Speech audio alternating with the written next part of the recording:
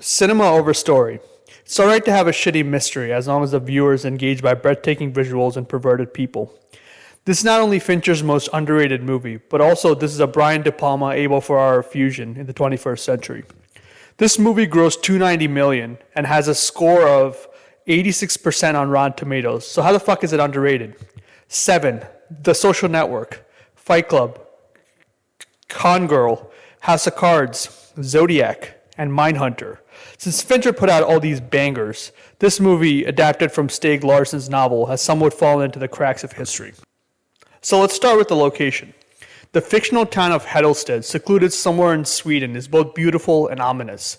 The audience can feel the chilly temperatures from the surly winter portrayed to make the protagonist's quest more challenging.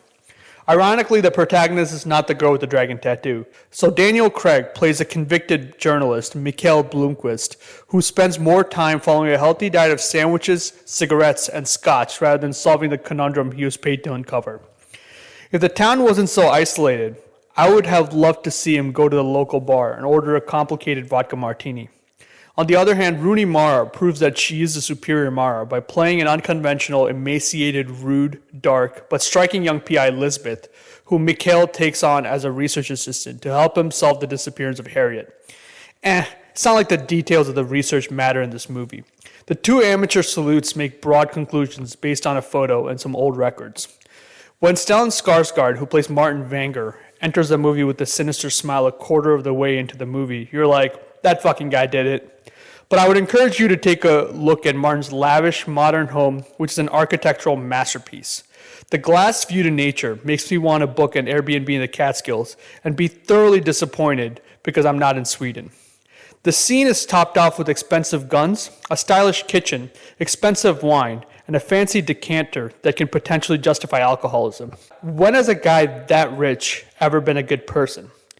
I guess I can talk about Christopher Plummer, the fat guy who plays a rapist, or the girl who eventually ends up being Harriet. But I'm not going to waste my breath.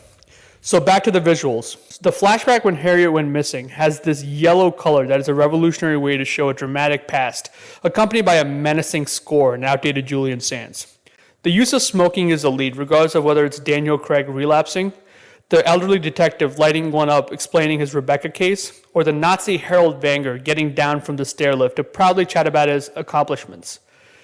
It really adds to the darkness, isolation, and depression. And lastly, Martin's torture chamber in the basement of his house, consisting of a gas chamber, a vintage tape recorder, and a tripod stand, really captures the macabre. The contrast of a dirty man cave underneath an opulent house with the right amount of mold adds to Fincher's eye for detail. I made a comment about Brian De Palma and Abel Ferrara earlier, but never addressed it. I can see a little bit of body double in this movie, from its focus on highlighting the extravagance of Hollywood, rather than focus on the matter at hand. I can see a little bit of the dingy tone set in King of New York. Lastly, this movie holds the depravity that, in my opinion, went too far in The Bad Lieutenant. Luckily, we don't see any long scenes of uncovering hidden information similar to scenes in Blowout. Fincher cuts that shit out, while De Palma would have been like, can we get more scenes of Lisbeth and Mikhail staring at a laptop? I know the two random sex scenes fit into the tone of the 70s and 80s, where the director has to oblige the producer's note to get some more titties on screen.